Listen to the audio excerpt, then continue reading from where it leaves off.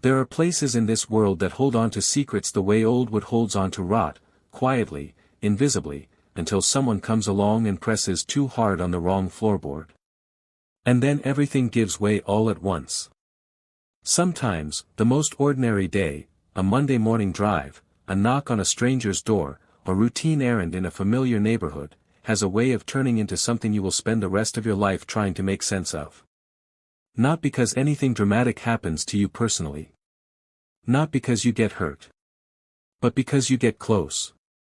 Close enough to feel the cold air rolling off of something deeply, profoundly wrong. Close enough that when you walk away, you carry a question with you that no one ever fully answers.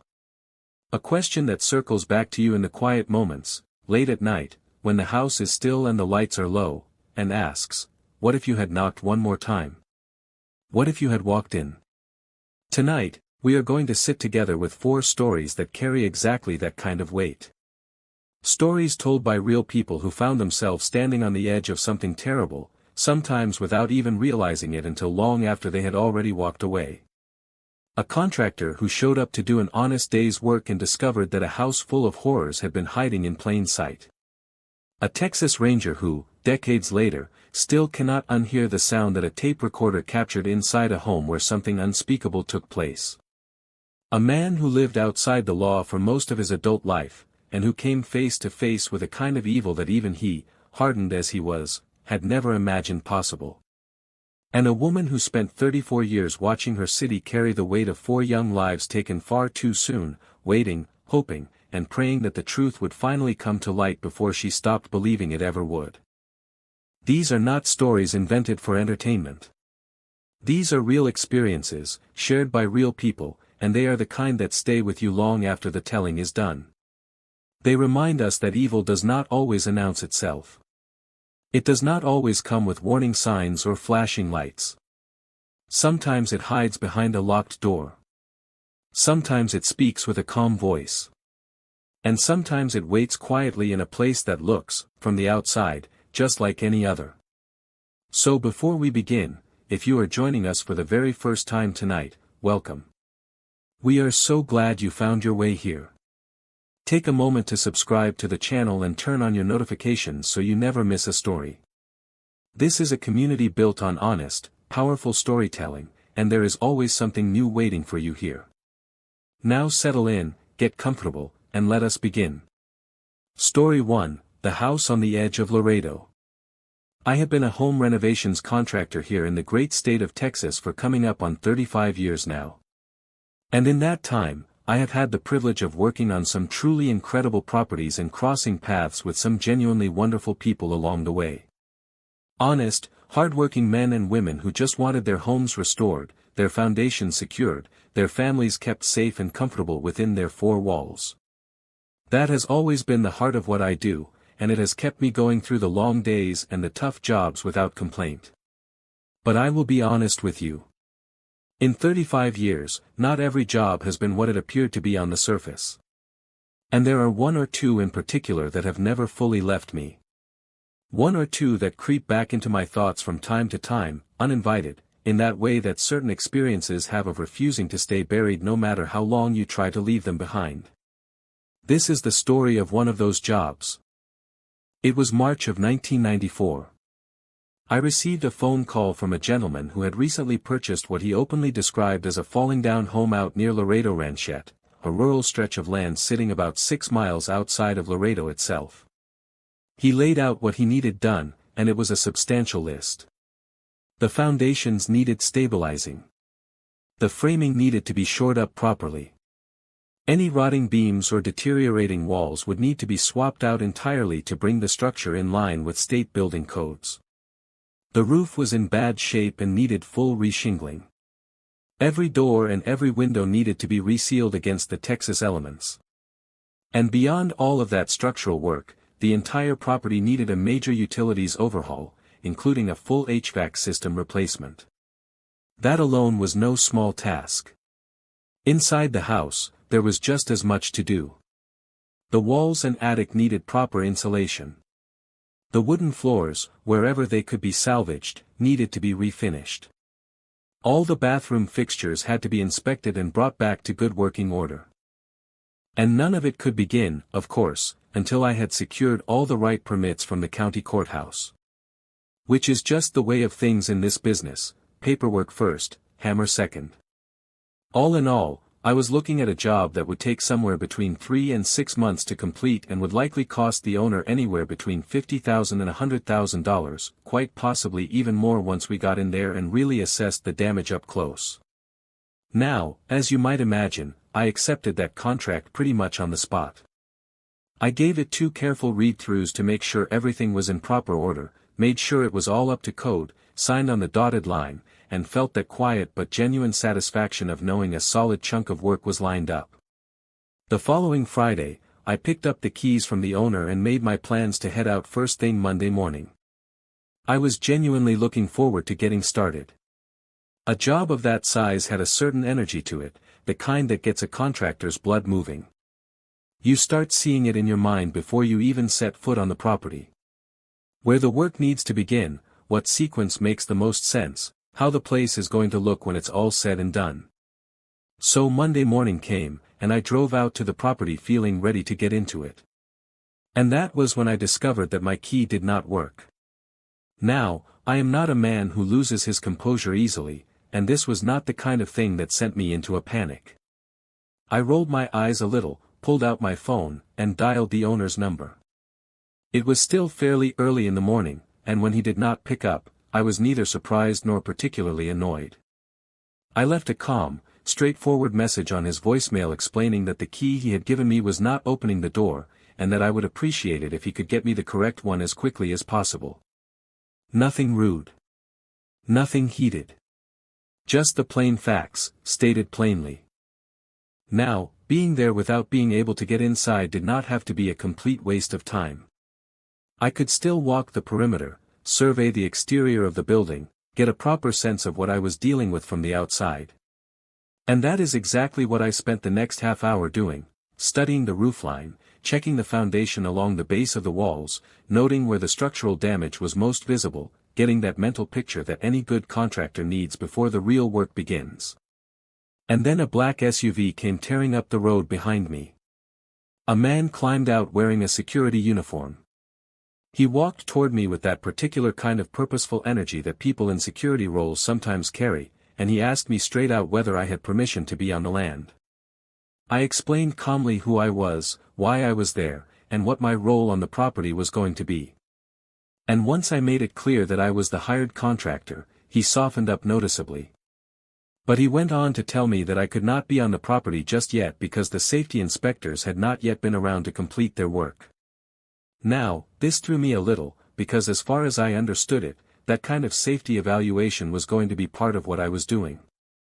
But the security guard went back to his truck, retrieved some paperwork, and brought it over for me to look at. It had the owner's name printed on it and looked legitimate enough on its face. So I did not push back. I simply got back into my truck and drove on into town, figuring things would get sorted out soon enough. I was sitting down to lunch when the owner finally called me back. And I want you to understand that when I answered that phone, I was fully prepared for a simple, 5-minute conversation about getting me the right key. That is all I expected. A minor mix-up, a quick fix, and we would be back on track. But it was anything but simple. The owner sounded annoyed from the moment I picked up. He told me firmly that he had given me the correct key. I stayed calm and assured him that was not the case, and that it was easily fixed since there was still a full week before the safety inspectors would finish their work anyway. And that is when he said it. Clear as day, and with genuine confusion in his voice. What safety inspectors? I explained the encounter I had had that morning, the black SUV, the man in the security uniform, the paperwork with the owner's name on it. And again, without hesitation, the owner said, "What security guard?" That was the moment the hair on the back of my neck stood up. Because in 35 years of working in renovations across the state of Texas, I have encountered a lot of different situations. And when a vacant property has an unauthorized person claiming authority over it, turning away the legitimate people who are supposed to be there, well, there is generally not an innocent explanation for that. I told the owner as much. I told him that in my experience, that kind of thing tends to point towards some form of illegal activity taking place inside a supposedly empty building. He went quiet for a moment. And then he asked if I could meet him out at the house the following morning, along with a locksmith and a sheriff's deputy. The next day, I arrived at 8 in the morning, same as before. And over the course of the next 10 to 20 minutes, the other 3 men showed up one by one, the owner, the locksmith, and the deputy. The owner walked the deputy through the situation carefully, making sure that everyone who was about to go inside that house understood exactly what they might be walking into.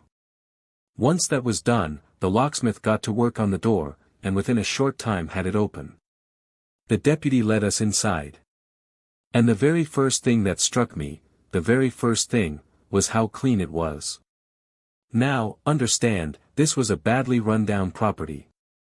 There was junk scattered around, old dusty furniture piled up in at least one of the rooms. The place had the look and feel of somewhere that had been abandoned and left to deteriorate for a long time. But the hallway, that had been swept. Carefully, meticulously swept. And so had one of the 4 rooms on the ground floor. Swept so thoroughly that it stood out against everything else around it like a spotlight. The deputy walked into that clean room, took a slow look around it, and then reached for his radio within seconds. In the center of that room sat a metal chair. It had been bolted to the floor. And over in the corner, there was a heavy pile of chains. The deputy described both items when he made his call in. We all stood there in that room understanding the same thing without needing to say it. Something bad had happened here. The kind of bad that does not happen by accident and does not happen just once. But we did not fully understand the extent of it until we got upstairs. The bathroom had a bathtub in one corner and a shower in the other. And just like the hallway and the room below, someone had clearly made a concerted effort to clean both spaces thoroughly. But that was not what made me stop in my tracks. What stopped me, what had my jaw hanging open in genuine shock, was what had been done to the shower cubicle. Someone had reinforced it with concrete slabs. And those concrete slabs had what appeared to be bullet damage on them.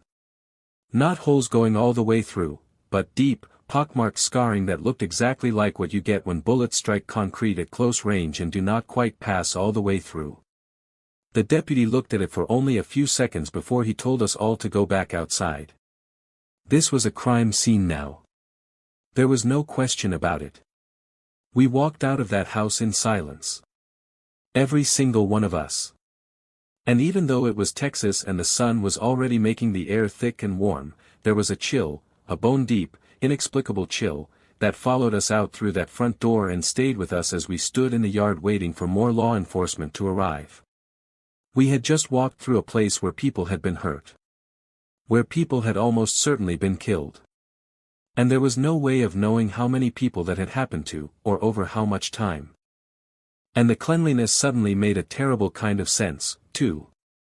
The parts of the house that had been used, the hallway, the downstairs room, the upstairs bathroom, had been scrubbed down recently.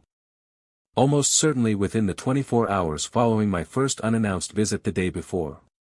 The moment someone spotted me out front trying the wrong key, someone inside had started cleaning. That feeling, that they were just here, feeling, it settled into the air around us and did not lift. I will never forget the look on that deputy's face. He had driven out there fully expecting to chase off a few squatters. And instead he had walked into what amounted to a torture chamber and an execution room. The renovations were put on hold while law enforcement combed every inch of that house and the surrounding property for evidence. They dug up the land around it so thoroughly that by the time they were done, the ground looked like the surface of the moon, crater after crater after crater. But they did not find anything inside those 4 walls. And they did not find anything outside, either. I was not told much. I was just the contractor, and that is how the police treated me. But when the job eventually started back up and the owner and I were back in communication, he shared what they had told him. Based on how selectively clean certain parts of the house were, In contrast to the general state of neglect and decay everywhere else, investigators believed that the house had almost certainly been occupied during my first visit. That when I had stood out front and tried my key in the lock, there had been people inside those walls. People doing terrible things, or people in the process of covering up terrible things. Possibly both. And when I turned that over in my mind, when I really let myself sit with the reality of it, I felt something I can only describe as a second wave of horror washing over me. Because the first time, standing in that yard not knowing anything, had been frightening enough in its own way. But this? This was something else entirely.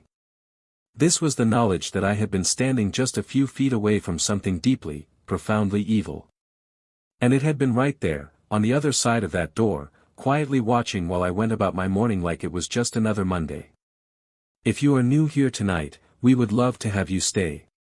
Go ahead and hit that subscribe button and ring the notification bell, that way you will never miss a story like this one. This community is built for people who are not afraid to look the uncomfortable truths of this world straight in the eye. And there is always something new coming your way. Story 2, What the Tape Recorder Heard. As a younger man, I served as a Texas Ranger for the better part of 2 decades. And in that time, I witnessed and heard things that I am quite certain will stay with me until my last breath. The kind of things that do not leave a person, not completely, no matter how many years pass or how hard you try to set them aside. But of all the cases I worked, of all the scenes I walked into and all the reports I read and all the evidence I processed, there is one that haunts me more than any other.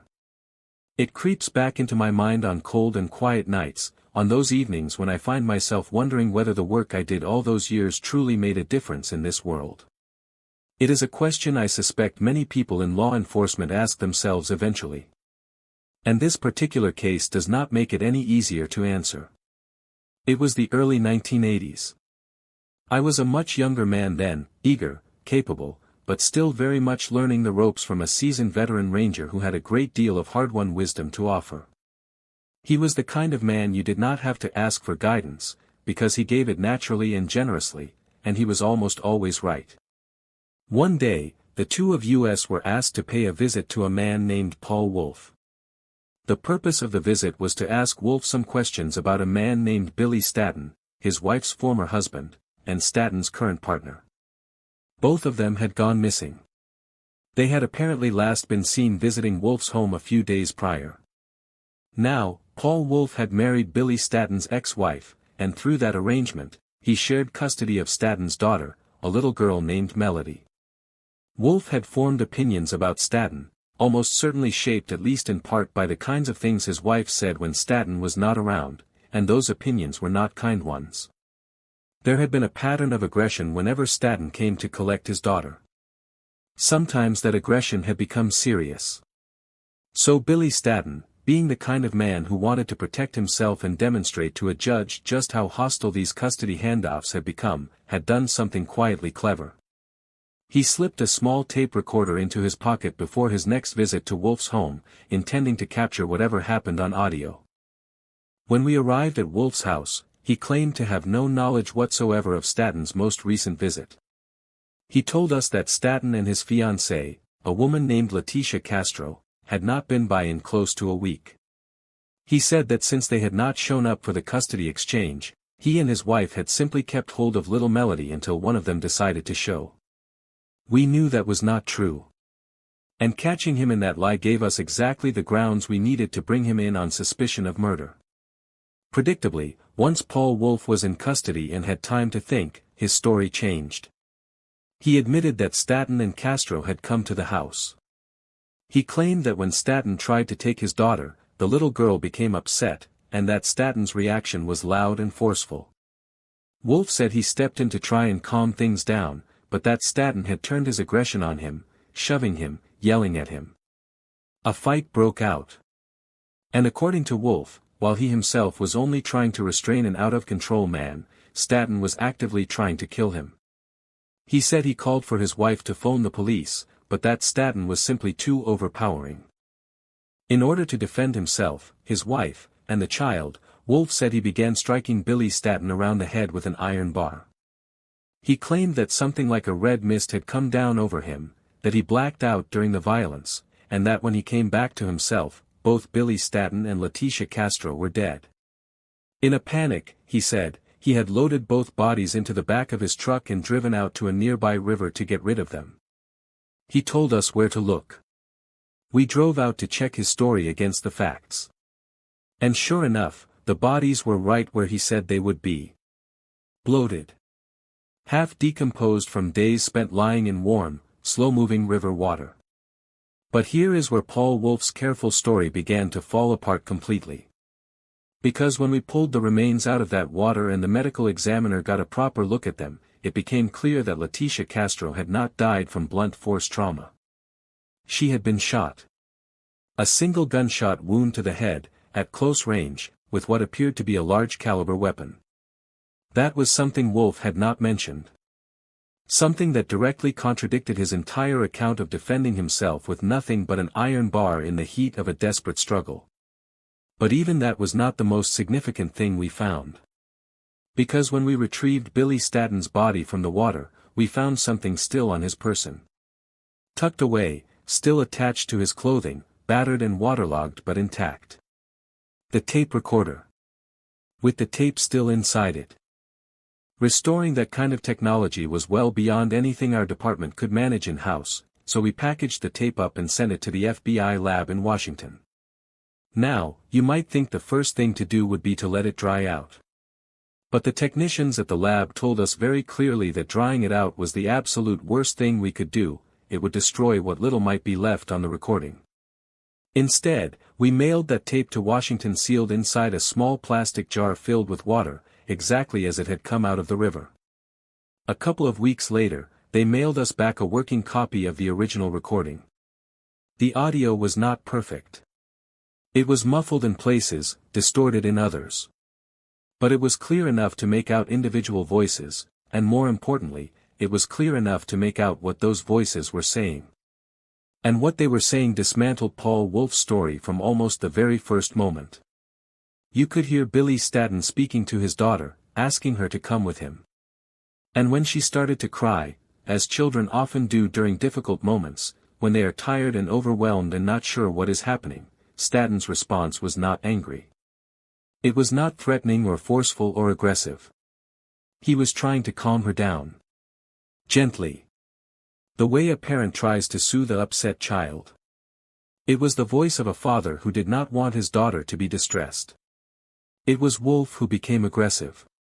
Shortly after Staton's attempt to comfort his daughter, you could hear what sounded like a brief, sudden struggle, and then a series of deep, heavy thumps. The kind that told you immediately what was happening and to whom. Then you could hear Wolf's wife, Billy Staton's former wife, and what she said in those moments will stay with me for the rest of my life. She was not screaming for help. She was not calling the police. She was urging Wolf on. Get him, she shouted. Hurry up and get him.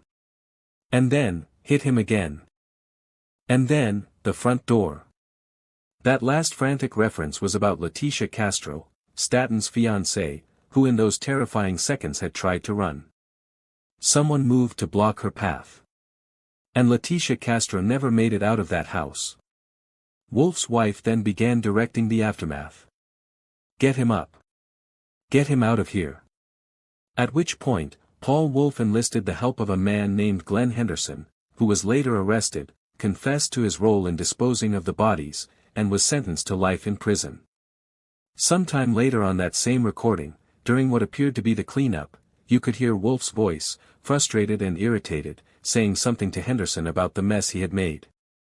We later learned that Henderson had failed to properly wrap one set of remains when transporting them. In lifting the body, a substantial amount of blood soaked through and stained the hallway carpet. Wolf and his wife had hired an industrial-grade vacuum cleaner in an attempt to get rid of it. But evidence like that has a way of persisting. And in the end, it became one of the most important pieces of physical evidence in the case. Paul Wolf and his wife both received lengthy prison sentences.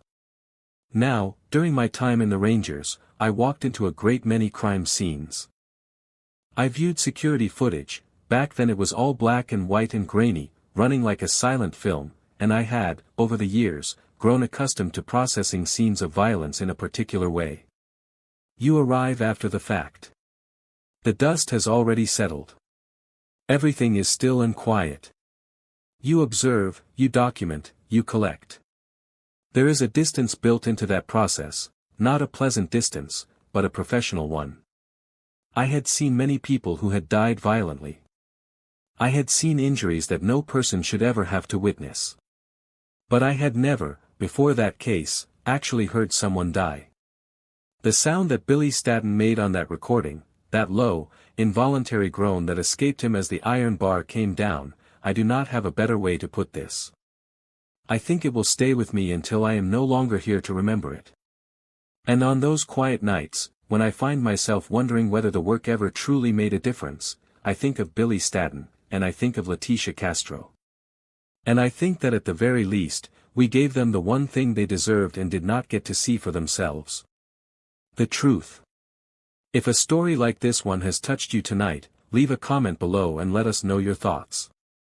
There is a whole community here that understands the weight of stories like these. And if someone you know needs to hear this, share it with them. Sometimes it takes hearing a story out loud to really understand what justice means. Story 3, The Last Job. I was raised in West Texas. A trailer park. A single mother who worked herself to the bone trying to give me something better than what she had. She tried so hard. She worked long hours without rest. She wanted good things for me. And she tried, with everything she had, to raise me right. I just refused. There is a Merle Haggard song that captures it about as well as anything. Something about a wild daddy and a son who came from the same bad seed. That was me. And while the other boys I grew up around picked their poisons, drink or drugs or chasing after women, mine was something a little different. Adrenaline. I have been hooked on it for as long as I can remember. It started the first time I stood up to the bully who had been making my middle school years miserable. He beat the daylights out of me, that part is true. But before he was done, I landed one clean right hook directly on his face. And afterwards, I felt a kind of high that I had never felt before and have spent most of my life chasing. He did not bother me again. And I was out of school before anyone else got the chance to try me. But when I heard that my younger cousin was being hassled at his high school, I saw an opportunity and I jumped at it. My cousin had a toy cap gun, shaped like a pearl-handled revolver, and he was tremendously proud of it. But he had made the mistake of bringing it to school, and it was taken from him almost immediately. He stayed quiet about it for weeks. By the time I found out, getting the cap gun back was not a realistic option. So I found the boy who had taken it. I emptied his pockets. I took his shoes off his feet. I even pulled the shirt off his back. And that rush, that was bigger than anything I had felt before. Other kids see a Marine in his dress uniform or a roughneck working a rig and think, that is what I want to be. I robbed a teenager of his shirt and shoes and thought, I could get used to this. At 16, I was already stealing cars and robbing houses. By the time I was spending my evenings in bars and meeting the kinds of people who do things with intention and organization, I had graduated to something considerably more structured. I started working with a man who went by TJ, and together we ran cargo robberies, waiting for truckers who were occupied with other company before raiding what they were hauling. It made us decent money for a while. But as the years went on and the bills piled up, we needed to move toward bigger returns. Gas stations. Bars. Pawn shops. Anywhere we could hit the safe on deposit day and walk out with 4 or 5 figures. And when the size of our targets grew, we brought in a third man, a guy called Jody, to handle crowd control. That crew ran together for about 3 years, hitting a place roughly once every couple of months when the conditions were right. And then came a job where Jody was unavailable. A small credit union we had our sights on. TJ said he had found a replacement, a man named Vincent.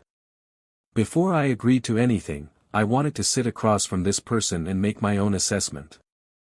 So we arranged to meet over steak and potatoes at a little place outside of Odessa. TJ had said Vincent was big. Sharp. Someone who could fill Jody's role without issue. When Vincent walked through that door, I understood immediately. The man had to be close to 7 feet tall with his boots on. But it was not his size alone that made something in my gut tighten up. It was the way he moved. The way he occupied space. Like he was fundamentally different from other people, operating on a different set of rules, according to a different internal logic. He had a long, wild-looking beard and a way of looking at you that made you feel like he was quietly mapping you out from the inside. He told us he had military experience, though not with the American military. He had connections in certain circles and had done time in New Mexico. He was comfortable working in a crew and comfortable deferring to a structure if the job was planned properly. The only thing that pinged my instincts was when he said he could not discuss the specific country whose military he had served. That part one did not quite buy. But if all we needed from him was to stand there and be intimidating, he would do the job. About a week later, we hit the credit union. And that was where I saw for the first time what Vincent was truly capable of. The manager was a problem.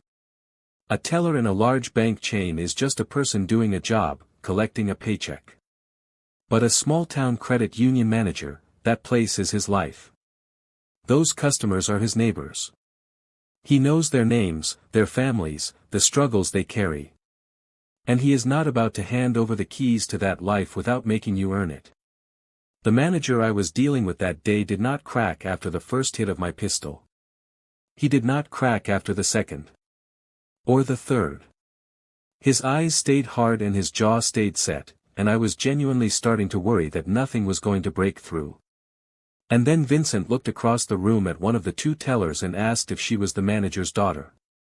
Now, the manager was a white man, and the teller appeared to be of Mexican or Central American descent. The suggestion seemed to make no sense at all. But when I turned back to the manager, his face had completely changed. The hardness had cracked wide open and been replaced by something raw and desperate. Absolute terror. Vincent smiled. He jumped over the counter and began tearing at the buttons on the young woman's blouse, saying graphic and horrible things about what he intended to do to her in front of her father. The manager's composure shattered instantly. He promised to hand over everything if Vincent would just stop. Vincent stopped. We were out of there minutes later with a significant amount of cash. Afterward, I asked Vincent directly whether he would have followed through. Whether he was serious, or whether it had been a performance.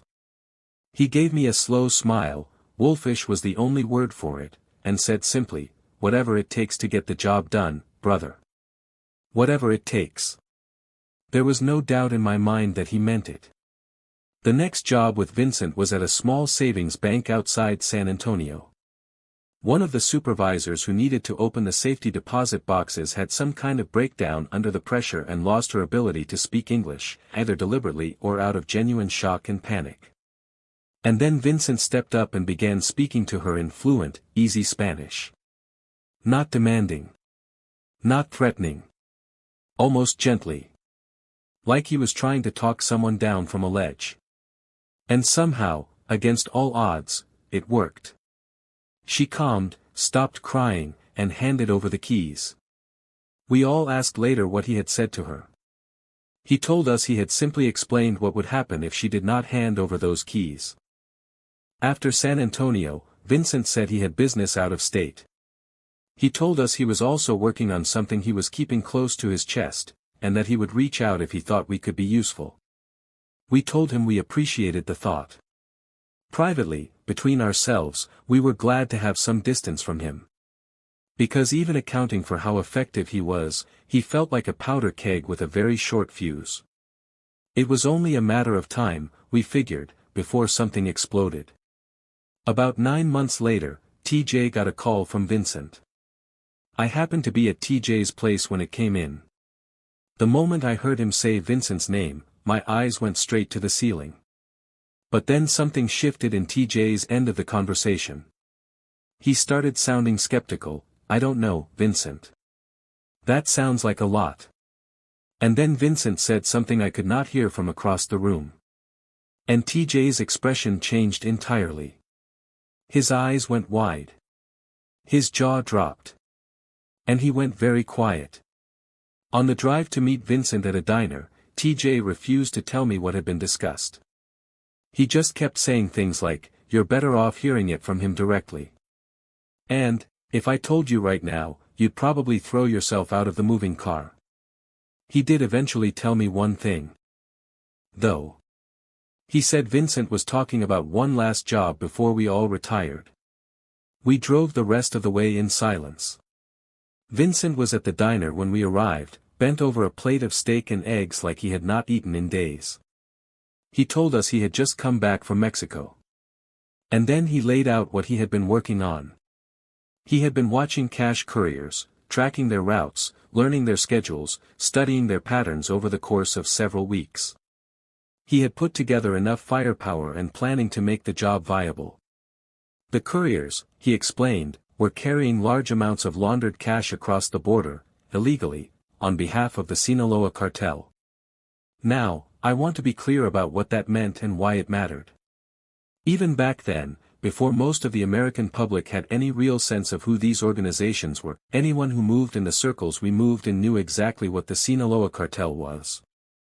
One of the oldest, most deeply rooted criminal organizations in Mexico. Extraordinarily powerful. Led for a significant period by a man known as El Chapo. Not the kind of people you approached carelessly. Not the kind of people who let things slide. So when Vincent proposed robbing one of their courier operations, my honest first instinct was that it would be faster and more efficient to just shoot each other in the head right there at the table. But Vincent had thought it through. The Sinaloa were in open conflict with the Juarez cartel at that time, couriers were being hit, operatives were dying, and the whole region was a tangled mess of suspicion and counter-accusations. According to Vincent, that chaos was our cover. For Americans, robbing a courier in that environment would look like Juarez activity. Not our doing. Not traceable back to us. He talked about the firepower we would need, armor-piercing rounds, which was the kind of language that made every alarm I had firing at once. The golden rule of armed robbery, my rule, the rule that had kept me out of a murder charge for my entire career, was that bullets do not get fired and nobody dies. And armor-piercing ammunition was not a rule-following tool. But Vincent's argument was that without at least demonstrating the capability, the armored trucks would simply roll through whatever we set up and keep going. We needed them to stop. I sat with it. We all sat with it. And then I thought about being done. Really done. No more jobs. No more Vincent. No more looking over my shoulder on a Tuesday afternoon for no reason other than habit. A share of laundered cartel money large enough to simply step off the wheel entirely. And after about 30 seconds of consideration, all three of us were in. We met Vincent just before midnight about a week later and made the long drive south. His plan was straightforward enough in outline. At dawn, when the courier's 2 trucks came down the dirt road, we would pull a heavy chain across the path to force them to brake. The armor-piercing ammunition would disable the vehicles. Any armed guards would be neutralized. The drivers, according to Vincent, would surrender once they understood the situation, because drivers are just drivers, and they generally choose to live over choosing to die for someone else's money. I had doubts about that logic. I thought about what the cartel did to people who lost their shipments, how it did not much matter whether you were innocent or guilty, because they tortured you first to make sure and punished you regardless afterward. Those drivers were dead men either way. And the more I thought about it, the worse the feeling in my stomach got. But every time it got bad enough that I almost said something, I pushed it back down. Get this right, I told myself. Get this right and you are done. Home free. No more of this. I kept telling myself that all the way across the border. We set up before dawn. The chain was tied off and covered with a thin layer of dirt. We dug ourselves into low positions near the road, shallow holes in the ground, one a little closer than the others, belonging to whoever would pull the chain at the crucial moment. And then we waited. We waited for hours. The sun climbed. The air got heavy and hot. The cicadas were so loud you could barely hear your own breathing. Vincent had said the trucks would come about an hour after dawn. 2 hours passed with nothing. The doubt started creeping in, maybe they had changed the route, maybe the whole plan was built on bad information. And then, just around 8 in the morning, there was a glint of light on the horizon. 2 white trucks, coming toward us down that dirt road. We nearly cheered out loud. Vincent told us sharply to be quiet and get ready. TJ had the chain. He waited for Vincent's signal, and when it came, he yanked it up across the roadway and the trucks hit their brakes hard. But Vincent did not aim for the engine blocks, which was what the plan had always called for. He aimed for the tinted windshields, and he opened fire. Someone in the second truck managed to get off a few shots. Jody answered with his AK. The whole thing erupted and was over in seconds, so fast that TJ and I did not even get a shot off. When the shooting stopped, the only sounds were the settling dust and the low groans of the men inside those trucks. We moved in. TJ was already saying Vincent had not needed to shoot everyone. Vincent told him what was done, and to get to work. TJ had just gotten the second truck open when we heard it. The sound of a child crying. That kind of sound, a child's cry, cuts through everything. It bypasses every wall you have built up and goes straight to something primal and unavoidable.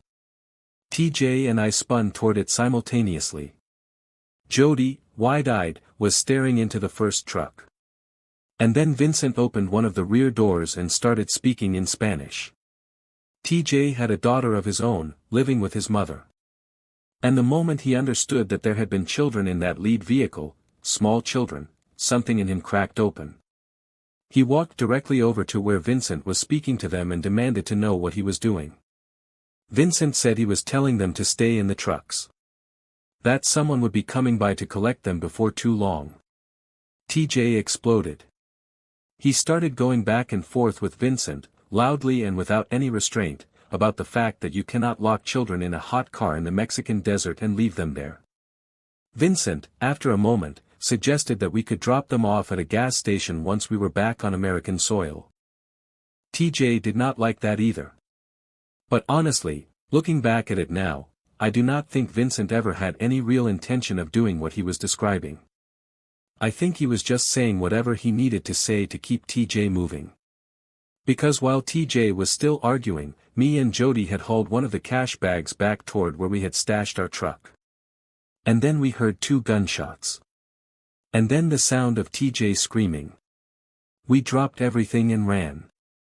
I was terrified that TJ had been shot, maybe by one of the couriers who we had believed was already dead. But when we crested the rise and saw what had actually happened, TJ was standing there screaming at Vincent with every curse word in the human language. Vincent had taken those 2 children out of the truck. And he had shot them both in the head. TJ went at him like a man possessed. Even with the size difference, Vincent was a head and shoulder taller and close to twice the weight. TJ went at him like he had nothing left to lose. Vincent only got him to back off by putting his gun in his face. TJ was barely coherent. He kept demanding to know why. What had those children done to anyone? What possible justification could there be? Vincent's explanation was practical and cold. With that much money at stake, he was not willing to take any chances on witnesses. This from the same man who had told us, less than an hour earlier, that the cartel would never trace it back to us. Whether the whole cartel war story had been a lie from the beginning or whether he simply changed his plan at the last moment, I genuinely do not know. What I know is that those children did not have to die. They could not have described us. They could not have picked us out of a lineup. They were too small to even form the words for what they had seen. When Vincent turned his back to go retrieve one of the cash bags, TJ drew his pistol and shot him. 4 or 5 times in the back. Vincent hit the ground. TJ walked to him, and finished it. Neither Jody nor I said a word. Nobody questioned him. What TJ did felt like the only response available. We gathered what cash we could carry, loaded the truck, and crossed back toward the border. There was no celebration. Not even when we reached somewhere safe and counted up our shares, just under $1 million each. We sat with our beers and said almost nothing. We were too hollowed out. Too exhausted by the weight of what we had witnessed and what we had been part of. Those children were not 12 or 13. They were small. Too small to talk, I believe. And they would not have been able to tell one of us apart from the next. TJ had no answer for why Vincent had done it. He just stamped out a cigarette, told me the man was dead and it did not matter anymore, and went to pack his share of the money. We agreed to lay low. Jody went to Oklahoma to stay with his parents. TJ took an extended stay in New Orleans. I went to stay with a woman I had been seeing, and for the first time in my adult life, I told someone I was done. She had wanted me to go straight for years. The news made her happy in a way I had not expected, and she told me to stay as long as I needed. For a few weeks, it started to feel like a real life was actually possible. Then TJ came back. He had a different truck, a practical purchase, given the circumstances, and we went for a drive together to catch up. He asked if I wanted to get a burger later. I said yes. We made plans for 7 o'clock that evening, and when I dropped back off at my place, I was grinning. Not about money. Not about anything complicated. Just about having a burger with an old friend and not having to look over my shoulder while I ate it. At 7, I drove to TJ's place and knocked on the door. The Dodge was in the driveway. No answer. I walked around to the back. TJ never locked his back door, he always left it open in case someone needed a place to crash. But it was locked. And I knew immediately that something was deeply wrong. I found a window I had used before and got inside. The smell of blood hits you in a way that is very difficult to describe to someone who has never experienced it in that quantity. It sits in the air like something physical. Heavy and metallic and inescapable. And on a warm Texas evening, it is so strong it can almost knock you backward. The smell in TJ's house was exactly that. I found him upstairs. In the bathroom. In the tub. I will not describe everything I saw because I could not look for long. But what I saw in those few seconds told me everything. He had been taken apart slowly and deliberately by someone who had taken a great deal of time with it. I could not unsee it. I can still see it now, when I do not want to. I left the way I came in. I drove directly to Jody's. We talked fast.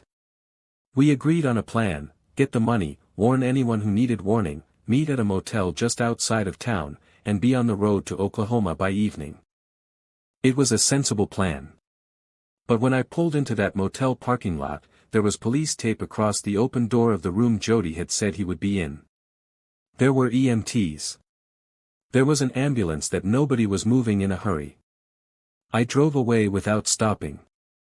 I left Texas that night with nothing but the money in my trunk and a fear that was unlike anything I had ever felt before in my life. I found a motel in Oklahoma and turned on the news. They were reporting on Jody's death. But it was not the murder itself that made me feel like the floor was dropping out from under me. It was the description a witness had given law enforcement. A tall, heavy man. Long hair. A wild-looking beard. A large hat. And bandages around his head. Seen in the parking lot. Acting strangely. Driving away fast around the time of the murder. And the thought that entered my mind, the thought I could not shake no matter how hard I tried to reason it away, was that somehow, in some way I could not explain or fully believe, Vincent had survived. Looking back now, I know it was almost certainly the cartel who tracked us down. Somehow they figured out who we were and what we had done. That is the rational explanation. But the image of some half-dead, bandaged man with a wild beard walking around with TJ's blood on his hands because no ordinary bullet had been enough to put him down for good, that image sent ice through me in a way that has not entirely thawed, even all these years later. I live somewhere else now. Somewhere about as far from Texas as you can get without needing to learn a different language. So let us just say that whatever they speak here, it is definitely not Spanish. Story 4, 34 Years in the Dark, The Yogurt Shop Murders. My name is Charlene, and I am from Austin, Texas. And I have a story that I have been carrying for 34 years now. As of September of last year, it may finally have come to an end. But I will let you decide that for yourself as I tell it, from my own perspective, the way I lived through it, the way this city lived through it together. In December of 1991, I was working at a store in a small strip mall in North Austin. Part of my job was opening up on Saturday mornings, which I did without much fuss. We were just down the strip from a branch of I Can't Believe It's Yogurt, a place I had visited plenty of times myself when the Texas heat got to be a little much and something cold and sweet seemed like the only reasonable solution. Mornings were usually quiet. Even Saturdays.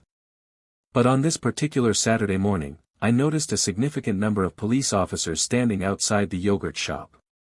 There were dark, smoky stains on the exterior, the kind that suggested fire. I knew better than to be nosy, but I could not help asking one of the officers whether everything was all right. He told me to go about my business. Friendly enough voice, but the kind of smile that did not quite reach his eyes. The kind that told you whatever had happened was not something he was in a position to discuss. The police were still there when I finished my shift. More of them, actually, men in dress shirts and ties this time, standing alongside the uniformed officers, talking and taking notes. I caught a ride home with a friend, put dinner together, and settled in for the evening. And then the news came on. The report described how, the previous night, a fire had been called in at the yogurt shop. That was not a surprise, I had already seen the damage. But then the news reader continued. After firefighters put out the fire, they discovered 4 young women inside the shop. Dead. Stripped. Shot. 15-year-old Sarah Harbison was found on the shop floor. Alongside her was 17-year-old Eliza Thomas, and Sarah's own sister, 17-year-old Jennifer Harbison. All 3 had been shot in the head after being restrained and gagged with their own clothing. And then the fire, set deliberately, had burned their bodies. In the back of the store, police found 13-year-old Amy Ayers. Her burns were somewhat less severe than the others, but she had been shot execution style, the same as her co-workers and friends. Austin was shattered. The kind of collective grief that settles into a city like a physical weight, visible in people's faces, in the way strangers spoke to each other on the street, in the long, quiet lines at the vigils. Those 4 girls had belonged to this city, and someone had taken them from it in the most brutal way imaginable. When the grief began to ease, anger moved in to fill the space. And when a teenager was picked up a short time later carrying a gun of the same type used in the murders, the city collectively held its breath. But he was innocent of the murders. He had lied because he was frightened about the weapon charge. And when he was cleared, the frustration was almost unbearable, because it meant the killer was still out there, and the trail was already beginning to grow cold. Years passed. And then, when a new lead detective took over the case, he turned his attention to a group of young men who had been interviewed in the early days of the investigation, including that same teenager. Because no proper records had been kept of those original interviews, the detective wanted to bring them back in and go through everything again. Austin was confused. These were people who had already been cleared. Why were they being re-examined? And then came the confessions. 2 of the men, Robert Springsteen and Michael Scott, confessed to the murders during their second round of interviews. They went to trial, were convicted of capital murder, and received life sentences. The city exhaled. We believed it was over. It was not over. In 2008, an appeals court overturned both convictions on the grounds of improper procedure. The state announced plans for retrial. And the exhaustion of it, the sense of being dragged backward through something you believed was finally behind you, was genuinely difficult to bear. And then came the DNA results. After extensive analysis of all available samples from the crime scene, there was no evidence placing any of the four men at the yogurt shop. None. The convictions had been built on confessions, and the science did not support them. Back to the beginning. Again. Except this time it had been nearly 20 years, and the trails were so cold they felt like they might never warm up again. Most people I knew, friends, neighbors, people who had lived through all of this alongside me, had resigned themselves to the possibility that the killer would simply never be found. About a year after the DNA announcement, one of the original suspects, Maurice Pierce, who had not gone to trial, was shot and killed by police following a traffic stop in which he stabbed an officer in the neck. That officer nearly died. And we all found ourselves wondering whether the DNA testing had somehow gotten it wrong, because whatever Maurice Pierce was, he did not seem like an innocent man. 11 more years went by. I had largely stopped expecting any resolution. It made me sick, the thought of whoever had done this walking freely through their life, growing old, perhaps surrounded by people who had no idea, but I had learned to live with the sickness of it the way you learn to live with any chronic pain. And then, in December of 2021, the case was reopened. Advanced DNA analysis techniques, technology that simply had not existed in 1991 or even 2008, were going to be applied to the existing evidence. We were told that investigators had held onto a DNA sample they believed belonged to the killer, and that it was now a matter of finding a match. Resources were dedicated. Years were spent. And then, in September of last year, September 2025, Austin police announced that they had identified the person responsible for the yogurt shop murders. The DNA was a near-perfect match for a man named Robert Brashiers. Brashiers had actually been tentatively linked to the case as early as 2018, when earlier DNA comparison had raised flags. But without the level of technological precision required to establish certainty beyond reasonable doubt, the case could not be closed. Now it could. Except that Robert Brashiers could not face justice in a courtroom. He had died in 1999, during a shootout with police, by his own hand.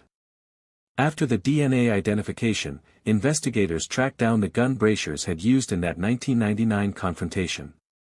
They test-fired it and compared the bullet casings to ones recovered from a yogurt shop crime scene in 1991. Exact match. For Austin, it was the end of something. A long, painful, frightening chapter that had lived in this city for 3.5 decades, finally, and at last, closed. But for some of us who watched those four girls' names become part of this city's history, it does not feel entirely finished. Robert Springsteen and Michael Scott, the two men who were wrongfully convicted and sent to prison, are now entitled to seek restitution under Texas law. For those who are wrongly imprisoned and later formally declared innocent, the law provides up to $80,000 for each year of wrongful imprisonment. Their legal teams have expressed hope that proper restitution will be made. And for me, that hope is what I hold on to. Because after 34 years, hope, however imperfect, however slow in coming, is sometimes the only thing that carries us through. Thank you so much for spending this time with us tonight. These are stories that deserve to be heard, and we are grateful to every single person who sits with us through them. If this kind of storytelling speaks to you, if you found yourself caught up in these accounts, moved by them, thinking about them, then please share this video with someone you care about. And if you have a story of your own, something you experienced, something you witnessed, something you have never quite been able to shake, leave it in the comments below. We would love to hear from you. What do you think about the cases we heard tonight?